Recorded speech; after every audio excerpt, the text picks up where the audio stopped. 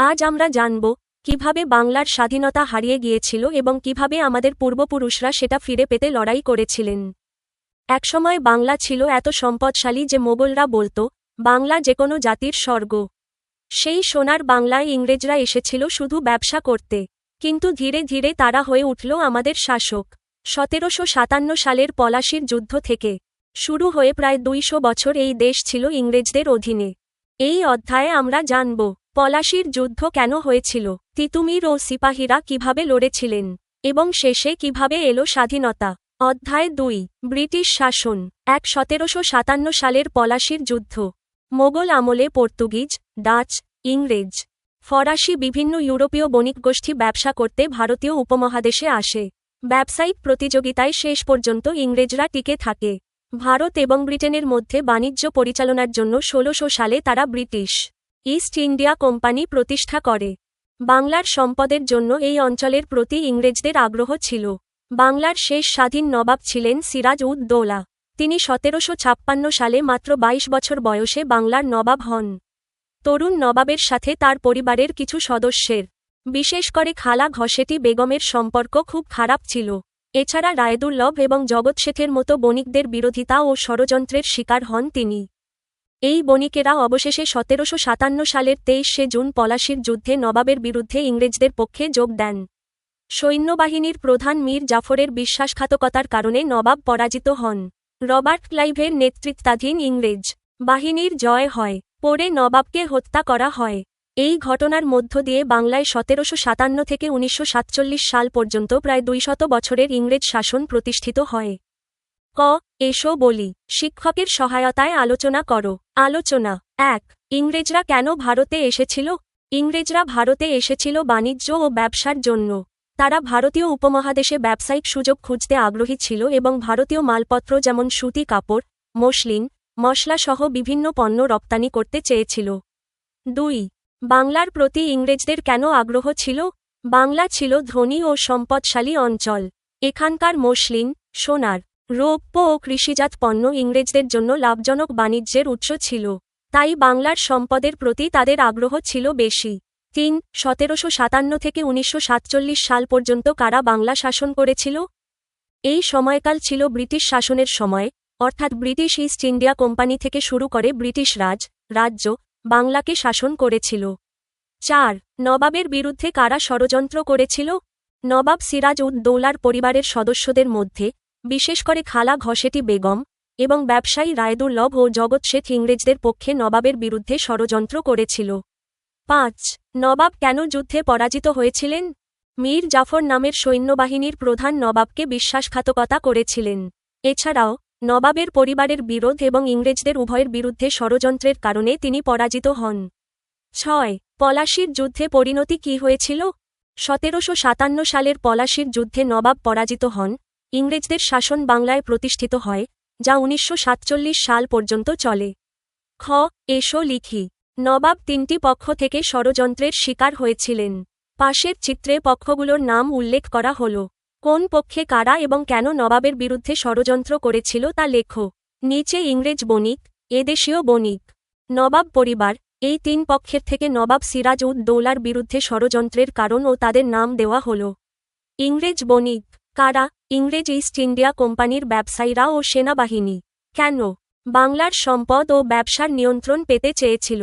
নবাব সিরাজ উদ দৌলা তাদের নিয়ন্ত্রণ ও স্বার্থের বিরুদ্ধে অবস্থান নেন, তাই ইংরেজরা নবাবকে সরিয়ে দেওয়ার ষড়যন্ত্র করেছিল।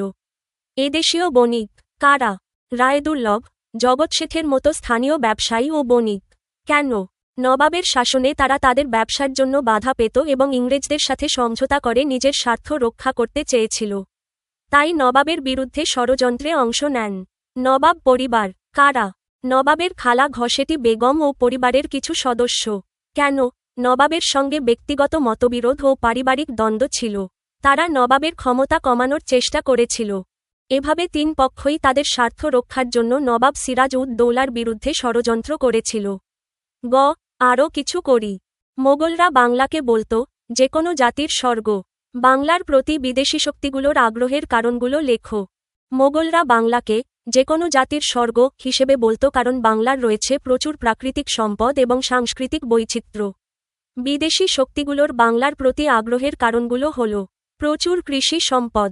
বাংলার উর্বর মাটি ছিল, যা ধান, গম, তুলা, পাটসহ নানা ফসল উৎপাদনে উপযুক্ত। ফলে এখানে খাদ্য ও কাঁচামালের প্রাচুর্য ছিল। বাণিজ্যের জন্য সুবিধাজনক অবস্থান।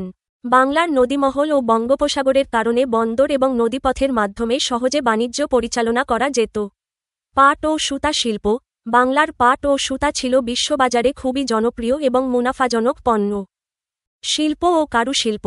বাংলায় ছিল সুপরিচিত ধাতু ও মৃৎশিল্প, পোড়ামাটির শিল্প যা বিদেশিদের দৃষ্টি আকর্ষণ করত। রাজনৈতিক ও সামরিক গুরুত্ব। বাংলার ভূগোল এবং অবস্থান ভারতের পূর্ব সীমান্তে গুরুত্বপূর্ণ ছিল, যা সাম্রাজ্যের জন্য কৌশলগত সুবিধা দেয়। প্রাকৃতিক সম্পদ, কাঠ, লোহা, সোনা রূপার মতো মূল্যবান সম্পদও বাংলায় পাওয়া যেত। এই কারণে বিভিন্ন বিদেশি শক্তি বাংলার ওপর নজর দিয়েছে এবং বাণিজ্য ও শাসনের জন্য এখানে আগ্রহী হয়েছিল। ঘ. যাচাই করি। সঠিক উত্তরের পাশে টিক চিহ্ন দাও। পলাশীর যুদ্ধ কবে সংঘটিত হয়েছিল? পলাশীর যুদ্ধ সংঘটিত হয়েছিল 1757 সালের 23শে জুন। 2. বাংলায় ব্রিটিশ শাসন। 1757 থেকে 1857 সাল পর্যন্ত 100 বছর এদেশে ইস্ট ইন্ডিয়া কোম্পানির শাসন চলে। ইতিহাসে যা কোম্পানির শাসন নামে পরিচিত। কোম্পানির প্রথম শাসনকর্তা ছিলেন রবার্ট ক্লাইভ। প্রায় 100 বছর পরে 1857 সালে সিপাহীদের মধ্যে অসন্তোষ দেখা দেয় এবং বিদ্রোহ করে। ইংরেজরা এই বিদ্রোহ দমন করলেও শাসন ব্যবস্থা আগের মতো চালাতে পারেনি। কোম্পানির শাসন রদ করে 1858 সালে বাংলাসহ সমগ্র ভারতের শাসনভার ব্রিটিশ রানী সরাসরি নিজ হাতে তুলে নেয়, যা চলে 1947 সাল পর্যন্ত।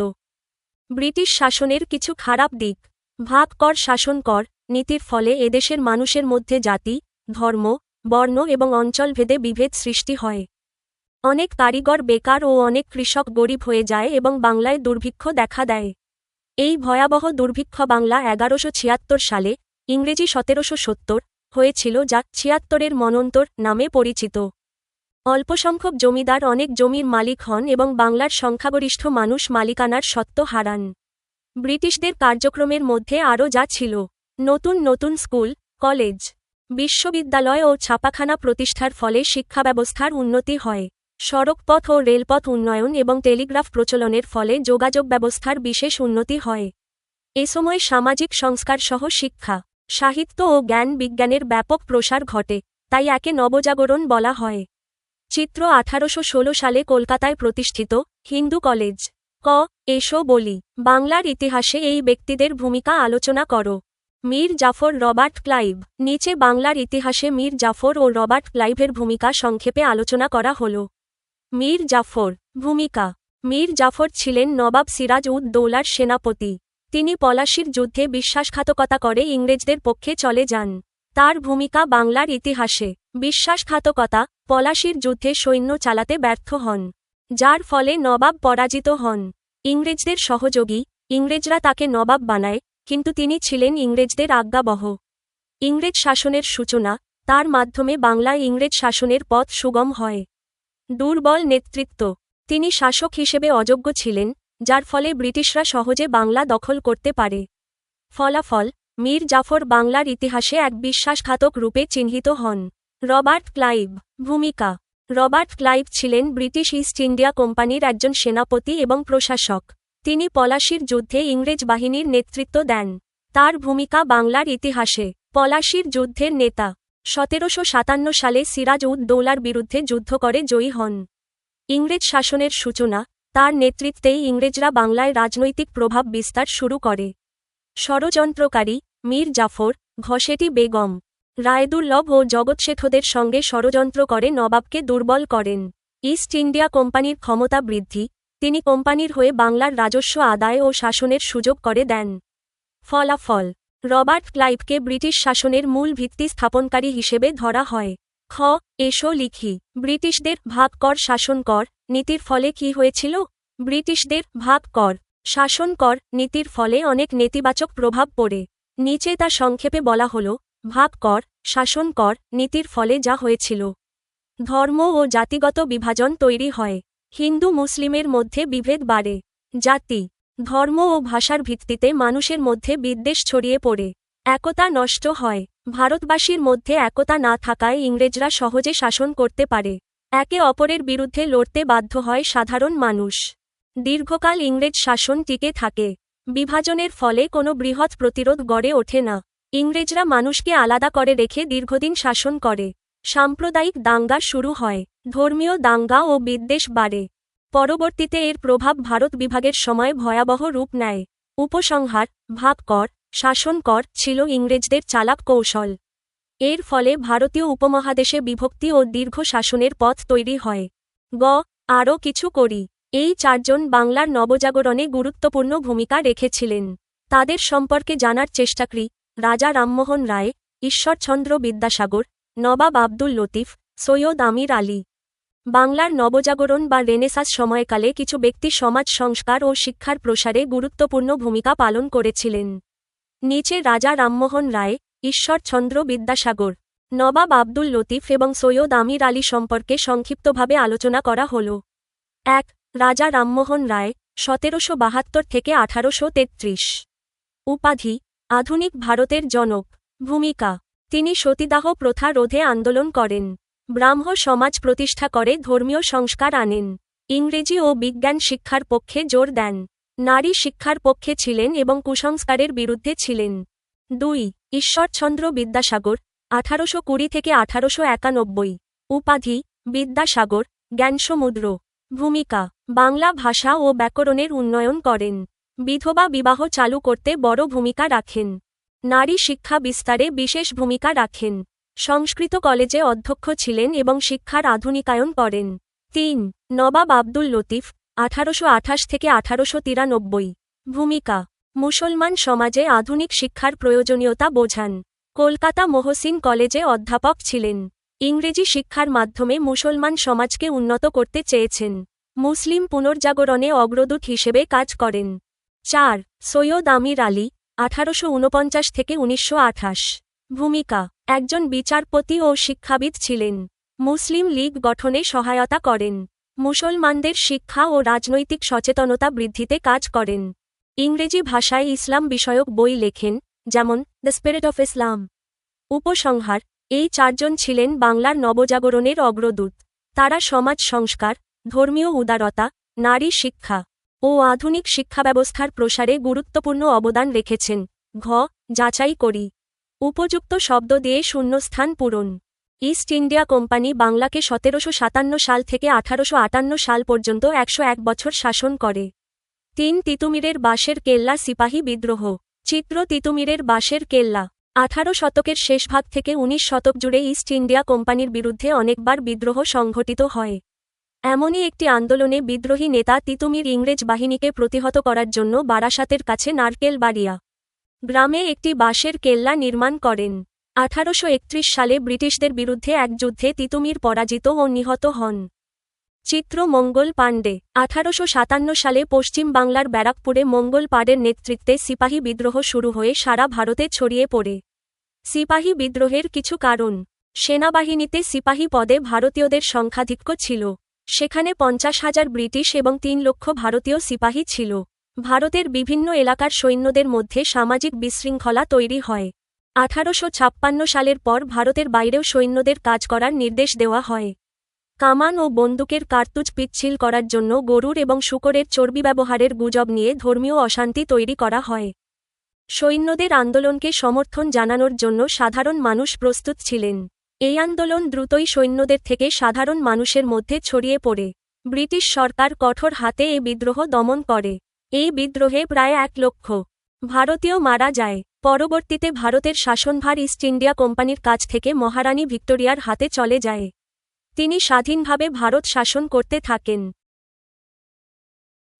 এসো বলি। শিক্ষকের সহায়তায় তিতুমিরের বাঁশের কেল্লা এবং ১৮৫৭ সালের সিপাহী বিদ্রোহ নিয়ে আলোচনা করো। নিচে তিতুমিরের বাঁশের কেল্লা ও ১৮৫৭ সালের সিপাহী বিদ্রোহ নিয়ে সহজ ভাষায় আলোচনা করা হল। তিতুমিরের বাঁশের কেল্লা। তিতুমির, সৈয়দ মীর নিসার আলী, ছিলেন বাংলার একজন বীর নেতা ও সমাজ সংস্কারক। তিনি জমিদার ও ইংরেজদের অন্যায়ের বিরুদ্ধে লড়াই করেছিলেন। তার আন্দোলনের বৈশিষ্ট্য: তিনি মুসলমান কৃষকদের সংগঠিত করে আন্দোলন শুরু করেন। ইংরেজ শাসক ও জমিদারদের অত্যাচারের বিরুদ্ধে রুখে দাঁড়ান। আত্মরক্ষার জন্য বাঁশের কেল্লা, দুর্গ নির্মাণ করেন, যা ইতিহাসে বিখ্যাত হয়ে আছে। পরিণতি 1831 সালে ব্রিটিশ বাহিনী তার বাঁশের কেল্লা আক্রমণ করে। লড়াইয়ে তিতুমির শহীদ হন। তিতুমির বাংলার প্রথম শহীদ বীর বিদ্রোহী হিসেবে পরিচিত। 1857 সালের সিপাহী বিদ্রোহ 1857 সালের সিপাহী বিদ্রোহ ছিল ব্রিটিশ শাসনের বিরুদ্ধে প্রথম বৃহৎ ভারতীয় বিদ্রোহ। এটি ইতিহাসে প্রথম স্বাধীনতা সংগ্রাম নামেও পরিচিত। বিদ্রোহের কারণ সিপাহীদের ওপর ইংরেজদের অবিচার ও বেতন বৈষম্য, ধর্মীয় অনুভূতিতে আঘাত, কার্তুজে গরু ও শূকরের চর্বি, দেশীয় রাজ্য দখল নীতি, ডক্ট্রিন অফ ল্যাপস, বাংলার কৃষকদের ওপর অত্যাচার। বিদ্রোহের বিস্তার মিরাট থেকে শুরু হয়ে দিল্লি, কানপুর, লখনউ, ঝাঁসি ইত্যাদি অঞ্চলে ছড়িয়ে পড়ে। অনেক রাজা রানী ও সাধারণ মানুষ এতে অংশ নেন, যেমন রানী লক্ষ্মীবাঈ, তাতিয়া টোপে। পরিণতি বিদ্রোহ দমন করা হয়, বহু বিদ্রোহী নিহত হন। 1858 সালে ইস্ট ইন্ডিয়া কোম্পানির শাসনের অবসান ঘটে। এরপর ব্রিটিশ সরকার সরাসরি ভারত শাসন শুরু করে। উপসংহার তিতুমির ও সিপাহী বিদ্রোহ দুটিই ছিল ইংরেজদের বিরুদ্ধে সাহসী প্রতিরোধের প্রতীক। এরা ভারতীয় জাতির মুক্তিসংগ্রামের প্রাথমিক পথ প্রস্তুত করে দেয়। খ এসো লিখি।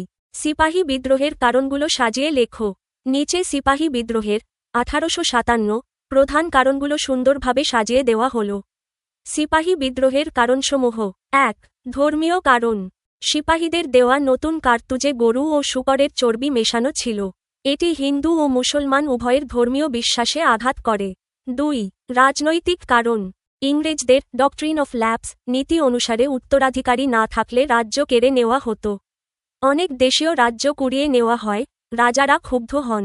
৩ সামাজিক কারণ ইংরেজরা হিন্দু মুসলমানদের সামাজিক রীতিনীতিতে হস্তক্ষেপ করে, বিয়ের নিয়ম, উত্তরাধিকার আইন ইত্যাদি পরিবর্তন করে। ৪ সামরিক কারণ ভারতীয় সিপাহীরা কম বেতন পেত ও পদোন্নতি পেত না, ব্রিটিশ অফিসারদের দ্বারা অপমানিত হতো। ৫ অর্থনৈতিক কারণ ইংরেজদের কারণে কুটির শিল্প ধ্বংস হয়, কৃষকদের ওপর করের বোঝা বাড়ে, বহু মানুষ কর্মহীন হয়ে পড়ে। উপসংহার এই সব কারণ মিলিয়ে সিপাহীদের মধ্যে অসন্তোষ তৈরি হয়, যার ফলেই 1857 সালে সিপাহী বিদ্রোহ ঘটে। গ আরও কিছু করি। ঢাকার বাহাদুর শাহ পার্কে 1857 সালে বিদ্রোহী বাঙালি সিপাহীদের ফাঁসি দেওয়া হয়েছিল। এখানে একটি স্মৃতিসৌধ আছে। এই পার্ক সম্পর্কে আরও তথ্য সংগ্রহ করো। বাহাদুর শাহ কে ছিলেন? 19 শতকে এই পার্কের নাম ভিক্টোরিয়া পার্ক রাখা হয় কেন? ঢাকার বাহাদুর শাহ পার্ক, প্রাক্তন ভিক্টোরিয়া পার্ক, একটি ঐতিহাসিক স্থান যা 1857 সালের সিপাহী বিদ্রোহের স্মৃতিচিহ্ন বহন করে। বাহাদুর শাহ পার্ক সম্পর্কে তথ্য। অবস্থান পুরান ঢাকার লালবাগ এলাকায়। প্রতিষ্ঠা 19তম শতকে, মূলত আন্টাঘর ময়দান নামে পরিচিত ছিল। নাম পরিবর্তন 1858 সালে ভিক্টোরিয়া পার্ক নামকরণ করা হয়। পরে 1957 সালে সিপাহী বিদ্রোহের শতবর্ষ উপলক্ষে এটি বাহাদুর শাহ পার্ক নামে পুনঃনামকরণ করা হয়। স্মৃতিস্তম্ভ পার্কে বিদ্রোহী সিপাহীদের স্মরণে একটি স্মৃতিস্তম্ভ রয়েছে। বাহাদুর শাহ কে ছিলেন? বাহাদুর শাহ জাফর 1775 থেকে 1862 ছিলেন মোগল সাম্রাজ্যের শেষ সম্রাট। তিনি 1857 সালের সিপাহী বিদ্রোহের সময় প্রতীকী নেতা হিসেবে বিবেচিত হন। বিদ্রোহ দমন হওয়ার পর তাকে গ্রেপ্তার করে বার্মায় নির্বাসিত করা হয়। 19 শতকে এই পার্কের নাম ভিক্টোরিয়া পার্ক রাখা হয় কেন? 1858 সালে ব্রিটিশ সরকার ভারতের শাসনভার ইস্ট ইন্ডিয়া কোম্পানির কাছ থেকে নিয়ে সরাসরি ব্রিটিশ রাজের অধীনে আনে। এই ঘোষণার পর ঢাকার কমিশনার এই স্থানটিকে ভিক্টোরিয়া পার্ক নামে নামকরণ করেন, যা রানী ভিক্টোরিয়ার নামে উৎসর্গ করা হয়। ঐতিহাসিক গুরুত্ব এই পার্কটি 1857 সালের সিপাহী বিদ্রোহের সময় বিদ্রোহী সিপাহীদের ফাঁসি দেওয়ার স্থান হিসেবে পরিচিত। এটি বাংলাদেশের ইতিহাসে ব্রিটিশ বিরোধী আন্দোলনের একটি গুরুত্বপূর্ণ নিদর্শন। ঘ যাচাই করি। অল্প কথায় উত্তর দাও। তিতুমিরের বাঁশের কেল্লার কি পরিণতি হয়েছিল? তিতুমিরের বাঁশের কেল্লার পরিণতি ছিল করুণ। 1831 সালে ব্রিটিশ বাহিনী সেই বাঁশের কেল্লা আক্রমণ ও ধ্বংস করে। ওই যুদ্ধে তিতুমির শহীদ হন এবং তার আন্দোলন শেষ হয়ে যায়। 1857 সালের বিদ্রোহের ফলাফল কি হয়েছিল? 1857 সালের সিপাহী বিদ্রোহের প্রধান ফলাফলগুলো ছিল: ১ ইস্ট ইন্ডিয়া কোম্পানি এর শাসনের অবসান ঘটে। ২ ভারতের শাসনভার সরাসরি ব্রিটিশ সরকারের হাতে চলে যায়। ৩ ব্রিটিশ সরকার নতুন শাসননীতি চালু করে, যাতে ভারতীয়দের নিয়ন্ত্রণ আরও কঠোর করা হয়। 4. বিদ্রোহে অংশ নেওয়া বহু সিপাহী ও সাধারণ মানুষ শাস্তি ও মৃত্যুদণ্ড পান। 5. শেষ মোগল সম্রাট বাহাদুর শাহ জাফরকে গ্রেপ্তার করে বার্মায় নির্বাসিত করা হয়। 6. এরপর থেকে ভারতে ব্রিটিশ শাসন শুরু হয় রানী ভিক্টোরিয়া এর নামে, ব্রিটিশ রাজ। সংক্ষেপে, এই বিদ্রোহ ব্যর্থ হলেও এটি ভারতের শাসন ব্যবস্থায় বড় পরিবর্তন আনে এবং ব্রিটিশ রাজত্বের সূচনা করে। 4. পরবর্তী প্রতিরোধ আন্দোলন। ব্রিটিশ শাসনের বিরুদ্ধে এ দেশের মানুষের আন্দোলন চলতে থাকে। শিক্ষা প্রসার এবং নবজাগরণের ফলে দেশপ্রেমের চেতনা বিস্তার লাভ করে। 1885 সালে ভারতীয় জাতীয় কংগ্রেস এবং 1906 সালে ভারতীয় মুসলিম লীগ নামে দুটি রাজনৈতিক দল গঠিত হয়। ব্রিটিশরা ভারতীয় জাতীয় চেতনার প্রসারে ভীত হয়ে পড়ে এবং 1905 সালে বাংলা প্রদেশকে ভাগ করার সিদ্ধান্ত নেয়। একে বঙ্গভঙ্গ বলে আসামকে অন্তর্ভুক্ত করে পূর্ব বাংলা অঞ্চল গঠিত হয়। কিন্তু এর বিরুদ্ধে প্রতিবাদ শুরু হলে 1911 সালে বঙ্গভঙ্গ রদ করা হয়, অর্থাৎ দুই বাংলাকে একত্রিত করে দেওয়া হয়।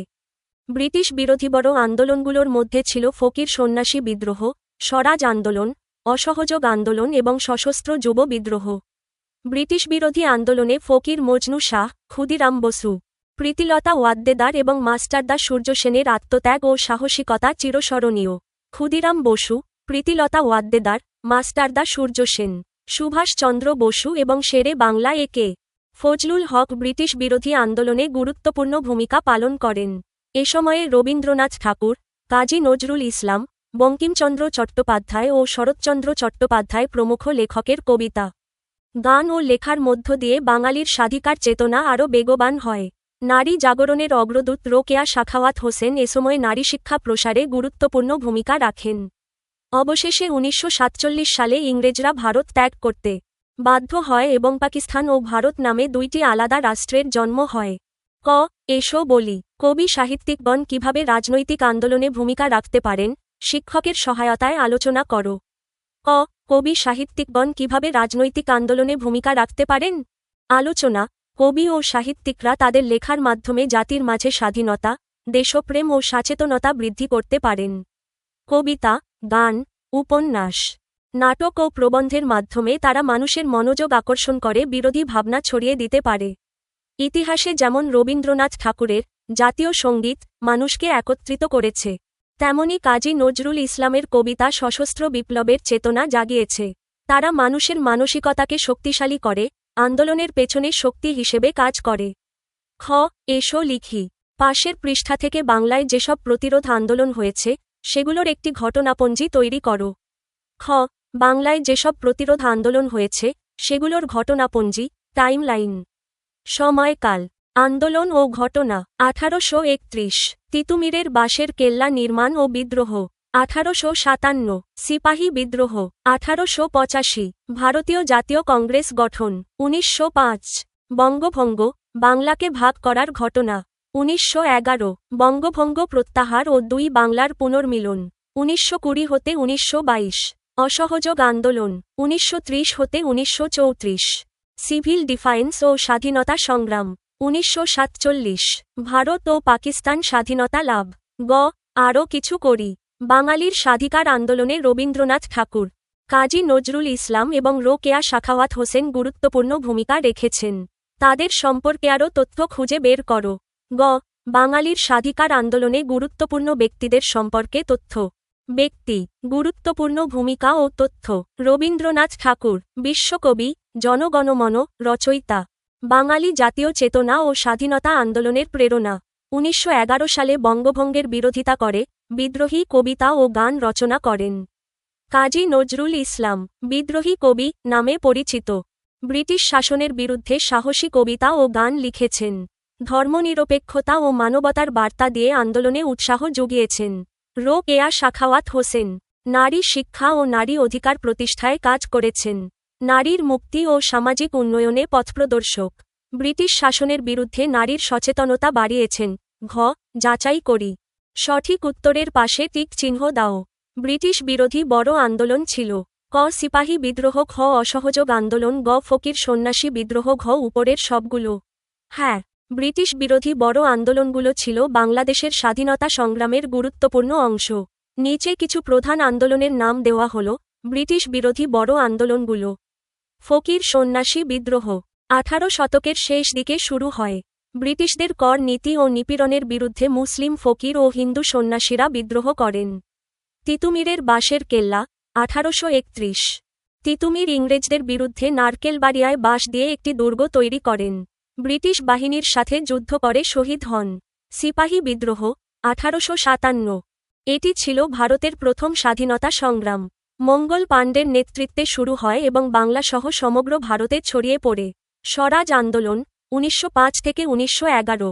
বঙ্গভঙ্গের প্রতিবাদে শুরু হয়। স্বদেশী আন্দোলনের মাধ্যমে ইংরেজ পণ্যের বয়কট করা হয়। অসহযোগ আন্দোলন 1920 থেকে 1922। মহাত্মা গান্ধীর ডাকে জনগণ ইংরেজ সরকারের সাথে সব ধরনের সহযোগিতা বন্ধ করে দেয়। সশস্ত্র যুব বিদ্রোহ 1930 এর দশক। বিপ্লবী সংগঠনগুলো গঠিত হয়। মাস্টারদা সূর্য সেন, ক্ষুদিরাম বসু, প্রীতিলতা ওয়াদ্দেদার প্রমুখ অংশগ্রহণ করেন। এই সব আন্দোলন ব্রিটিশদের শাসনের ভিত্তি দুর্বল করে তোলে এবং 1947 সালে ভারত ও পাকিস্তানের জন্ম হয়। অল্প কথায় উত্তর দাও। 1. সিপাহী বিদ্রোহের 5টি কারণ লেখো। 1. ভারতীয় সিপাহীদের সংখ্যাধিক্য থাকলেও তারা বৈষম্যের শিকার হতো। 2. সেনাদের বাইরের দেশে কাজ করার নির্দেশে অসন্তোষ সৃষ্টি হয়। 3. ধর্মীয় অনুভূতিতে আঘাত দিয়ে গরু ও শূকরের চর্বি ব্যবহার করা হয় কার্তুজে। 4. ব্রিটিশ শাসনে সামাজিক বিশৃঙ্খলা তৈরি হয়। 5. সাধারণ মানুষও অসন্তোষে ছিল বলে তারা বিদ্রোহে যোগ দেয়। 2. ব্রিটিশ শাসনের 2টি ভালো ও 2টি খারাপ দিক উল্লেখ করো। ভালো দিক।